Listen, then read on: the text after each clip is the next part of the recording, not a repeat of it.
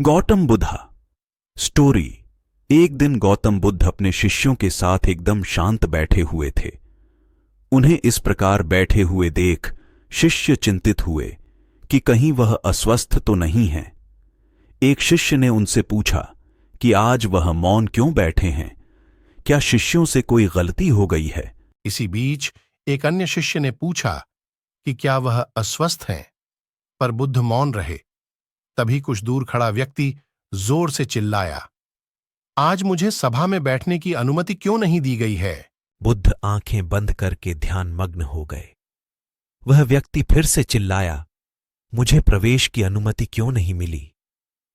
इसी बीच एक उदार शिष्य ने उसका पक्ष लेते हुए कहा कि उसे सभा में आने की अनुमति प्रदान की जाए। बुद्ध ने आंखें खोलीं और बोले, नहीं, वह अछूत है, उसे आज्ञा नहीं दी जा सकती। यह सुनकर शिष्यों को बड़ा आश्चर्य हुआ। बुद्ध उनके मन का भाव समझ गए और बोले, हां, वह अछूत है। इस पर कई शिष्य बोले, हमारे आश्रम में जात पात का कोई भेद ही नहीं, फिर वह अछूत कैसे हो गया।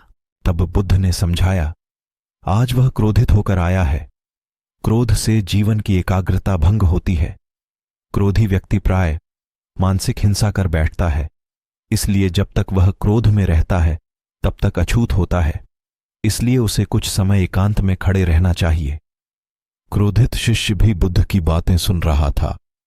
पश्चाताप की अग्नि में तपकर वह समझ चुका था कि अहिंसा ही मनुष्य का महान कर्तव्य व परम धर्म है। वह बुद्ध के चरणों में गिर पड़ा और कभी क्रोध न करने का प्रण लिया। शिक्षा। आशय यह है कि क्रोध के कारण व्यक्ति अनर्थ कर बैठता है और पश्चाताप उसे बाद में होता है, जिसका कोई लाभ नहीं मिलता। इसलिए हमें क्रोध नहीं करना चाहिए। असल मायने में क्रोधित व्यक्ति अछूत हो जाता है और उसे अकेला छोड़ देना चाहिए।